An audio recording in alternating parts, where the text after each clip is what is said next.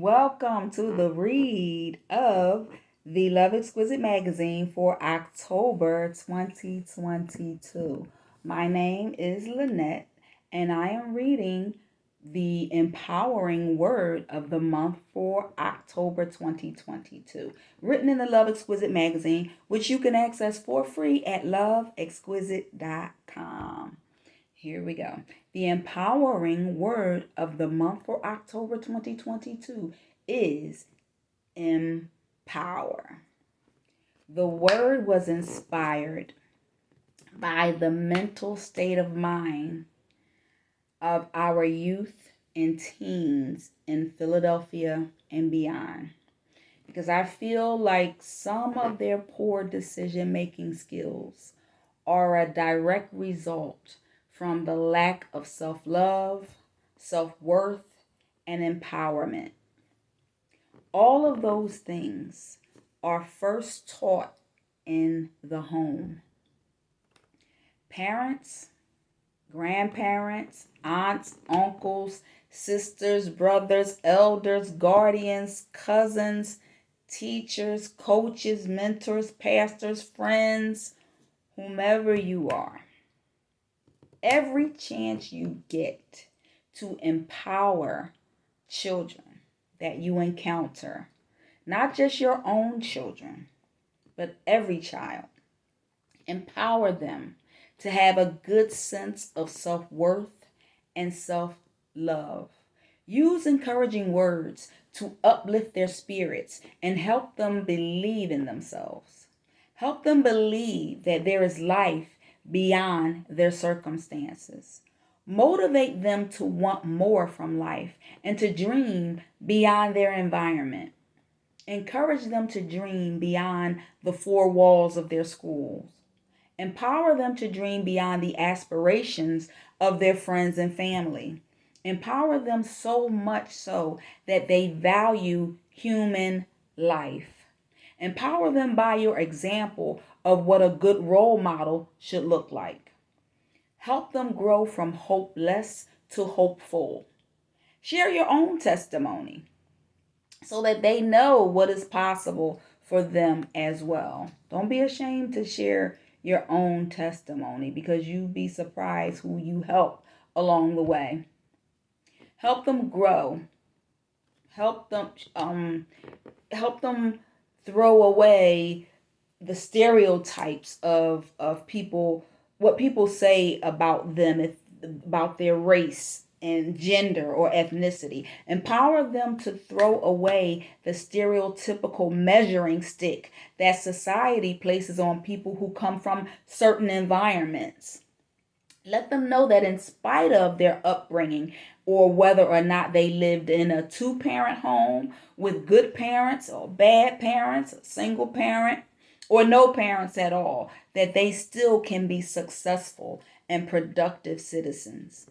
Even if they grew up in a toxic environment, they do not have to look up to people around them as the end all be all. They don't have to be like that toxicity. They don't have to have that fast money. They don't have to look up to people with fast money, fast cars, and who didn't get those things in an honest way. Empower them to live a life without guns and senseless gun violence. Tell and show them that they are loved and they matter. Show them that they are not invisible and that you care about their safety and well being. Let them know that they are not crazy, they are not lazy, they are not dumb, they are not worthless, they are not bad, they are not unloved, they are not followers, they are human beings who deserve to be treated as such. They let them know that they have value and that they can contribute something positive to this world that we live in. Let them know that they're enough and that they are not what they've been through. To be able to lift the what I'm asking you to do is not always easy if you haven't had those things. But so to be able to lift other people up and empower them, you first have to be empowered as well. So if you wasn't raised with that type of upbringing and that type of parent, you too can get a sense of empowerment from people around you. And me, if I'm the first person who've ever empowered you, hold on to that. Take that and what do they say? Pay it forward. Give it to somebody else. Empower. If we begin to uplift and empower each other, we can build a better world together. So I encourage you to do the work for yourself so that you can be empowered to empower someone else. Be the person that you needed as a child. Be the parent or guardian that you needed as a child. Parents and guardians, I implore you to ask yourself, do I empower my child or my children by what I say to them or what I do to and for them? Know that material things might make them feel good in the moment, but they can be quite costly. And children will learn to value material things and not themselves. When you teach your children to value material things, you'll find that they're never satisfied because there's always some new trend and something new that they just keep wanting and wanting and wanting and wanting for them to be satisfied. But you might find that they're unappreciative and never satisfied. So you have to ask yourself, does those things make them love and value themselves? You don't want them to value things. You want them to value themselves. So keep that in mind as well. The answer, do those things make them love themselves? The answer is always no. It makes them love those things. That doesn't necessarily mean that they love themselves. So children need to feel loved and valued so that they can love and value themselves and not things. There are simply some things that money can't buy. Money cannot buy real from the heart words of encouragement. As the saying goes, people will not always remember what you did for them, but they will always remember how you made them feel. Remember that. So ask yourself, how am I making my child feel by my actions and my words? Let's get back to love and empowerment so that our youth can put down the guns and pick up a book. Let's get back to loving and empowering children so that they can play basketball without being afraid that someone is going to shoot up the basketball courts. Our youth and teens are dying at a young age. So we need to teach our children better conflict resolution strategies and how to pick better friends to hang out with. We have to do our part as human beings, as parents, as guardians first before we look out into the community and wonder what everyone else is doing to help raise our children, to help raise your children. Yes, it takes a village to raise a child. However, the village starts in the home, in the family, and then expands beyond that point. As parents and guardians, there are certain things that you need to know about your child. You need to know where your child is physically and mentally. You also need to know what are they doing in their free time? Who are their friends? What are the people that they hang with and what are they into? What types of hobbies and interests they have? How are they doing in school? Are they going to school? What are they posting on social media? Or what type of social media platforms are they on? What are they watching? Who are they communicating with on social media and on the phone? If they have cell phones or access to a phone, do you even follow them on social media to see what they're posting? To see what they're reading, the content that they're feeding themselves? What is their curfew? Do you even have a curfew for your child that you enforce? These are things that you really need to ask yourself as a parent or guardian, because you need to know these things. When your child is outside of your home, you need to know what they're doing, just like you need to know what they're doing when they're in the home.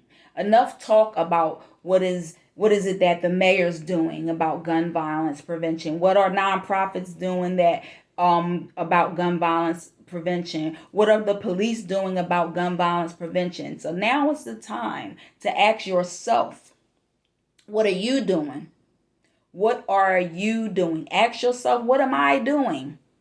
Especially if your child is engaging in a life of crime and violence. Ask yourself, what are you doing? So we have to start being better people, parents, and guardians, so that our children can be better people as well. We have to give them a fighting chance in the world. We have to give them the hope for a brighter future. And being a good parent doesn't mean that you give your child everything that they want.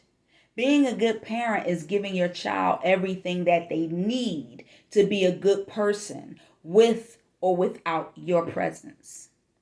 Empower your child with your words and positive affirmations. Equip them with real tools that they need to be successful in life, with or without you. Sometimes parents don't get to do parenting over with their own child.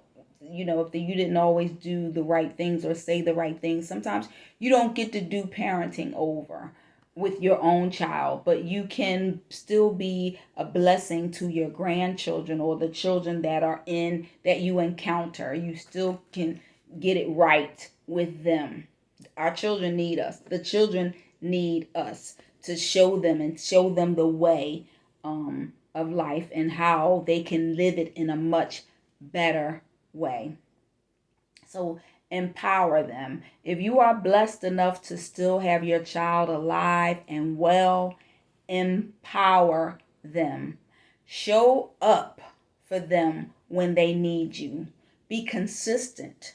Be a constant presence in their life. Don't put your responsibilities of parenting onto someone else. Ask them, how is their day? Ask them, how are they doing in school? Ask them, what did they learn in school?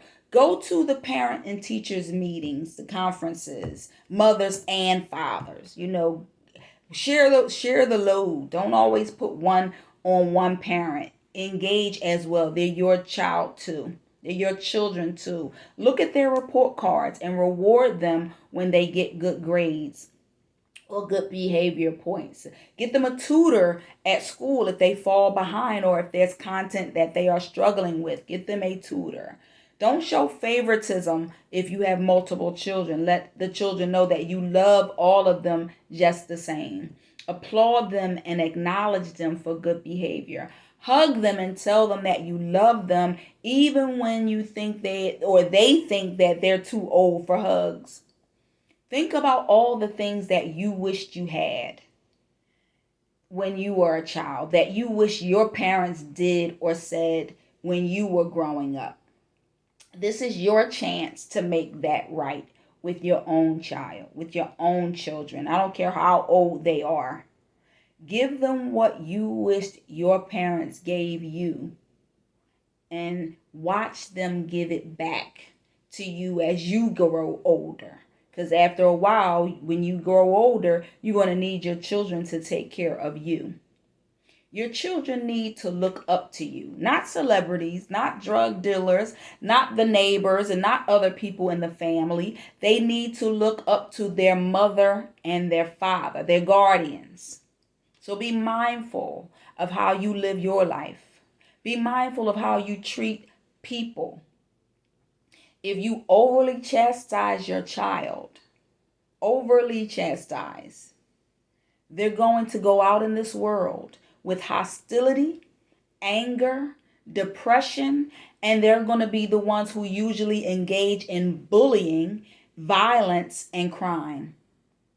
Teach your children whatever they need to be successful. Equip them with the tools that they need. If you don't have those tools, align them to the right resources to get them those tools. We need to take our children out of the streets, out of the hands of the streets, because they're going in the wrong direction.